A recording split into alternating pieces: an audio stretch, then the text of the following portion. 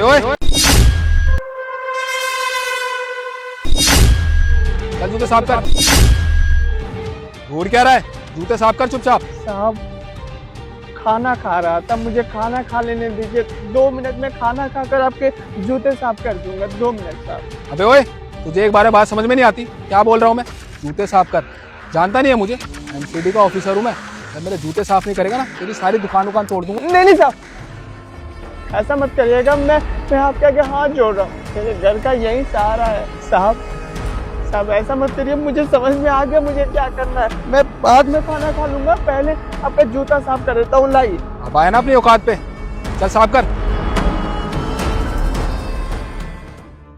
ठीक से साफ कर। जी साहब, करता हूँ, ठीक से साफ करता हूँ।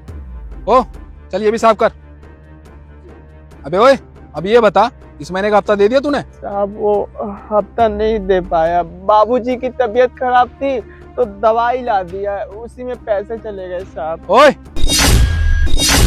तेरे बाबूजी की तबीयत खराब है तो मैं क्या करूं? तेरा हर बार का यही नाटक है, हैं? तेरे बाबूजी की तबीयत खराब हो, तेरे बाबूजी मर जाए, मुझे उससे क्या मतलब? मुझे हफ्ता टाइम पे चाहिए, समझा? जी साहब, समझ गया, देता हूँ।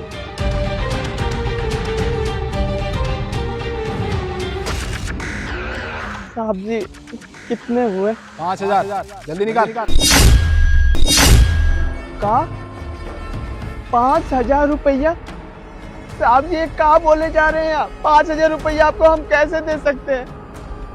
हम तो दिन का 150-200 रुपया कमाते हैं, महीने का मुश्किल से 3-4 हजार होता है। हम आपको 5,000 कहाँ से दे? आप कहाँ बोले जा रहे हैं? अबे ओए, अपने बकवास बंद कर, समझा? मुझे पैसे चाहिए तो चाहिए। अगर मुझे पैसे टाइम पे नहीं देगा ना, तेरी सारी रोजी रोटी बंद करवा दूंगा, समझा मेरी बात? ज्यादा बकवास करेगा ना, अभी तो 5,000 मांग रहा हूँ, 6,000 रुपए लूंगा तेरे से, समझा? नहीं साहब जी सच में हमारे पास पैसा नहीं है, ऐसा मत करिए आप। तू ऐसे नहीं मानेगा ना, पैसे तेरा बाप भी देगा, समझा? अरे हेलो, क्या कर रहे हैं आप? और इस गरीब पर आप इतना अत्याचार क्यों कर रहे हैं? बताएंगे कुछ आप, क्या हरकत है ये? अबे ओए, तू मुझे जानता है मैं कौन हूँ? मैं इस एरिया के एमसीडी का ऑफिसर हूँ। मैं इन गरीब के साथ कुछ भी करूँ, इनकी दुकान हटाऊं। तू कौन होता है बीच में बोलने वाला? अच्छा, तो आप एमसीडी ऑफिसर हो यहाँ के? क्यों भाई? तो सरकार जो तनख्वाह तुम्हें देती है उसमें तुम्हारा घर नहीं चल रहा क्या? और आप इस तरह गरीबों पर अत्याचार कर रहे हो, इनसे हफ्ता मांग रहे हो? हफ्ता वसूली करना गैर कानूनी, आपको पता है ये बात? अगर आपके ऊपर केस कर दिया गया तो आपकी नौकरी तो जाएगी ही जाएगी, और साथ ही साथ सजा भी भुगतनी पड़ेगी आपको। पता है इस चीज का? अंदाजा है आपको? अबे ओए, तू मुझे मत सिखा मैं क्या कर रहा हूँ और क्या नहीं। अभी एक फोन करूंगा ना, तेरी सारी हवा निकल जाएगी, समझा? तेरे डंडे पड़वाऊंगा तुझे। तो आपको इतना घमंड अपनी इस ड्यूटी का है? कॉल ही करना है ना आपको? ठीक है करिए, जरा लगाइए कॉल। अच्छा, तू ऐसे नहीं मानेगा ना, रुक तुझे तो अभी बताता हूँ। लेकिन हाँ, कॉल करने से पहले जरा मेरे बारे में भी जान लीजिए कि मैं कौन। अजय चौधरी, नए डीएम साहब, सैल्यूट सर।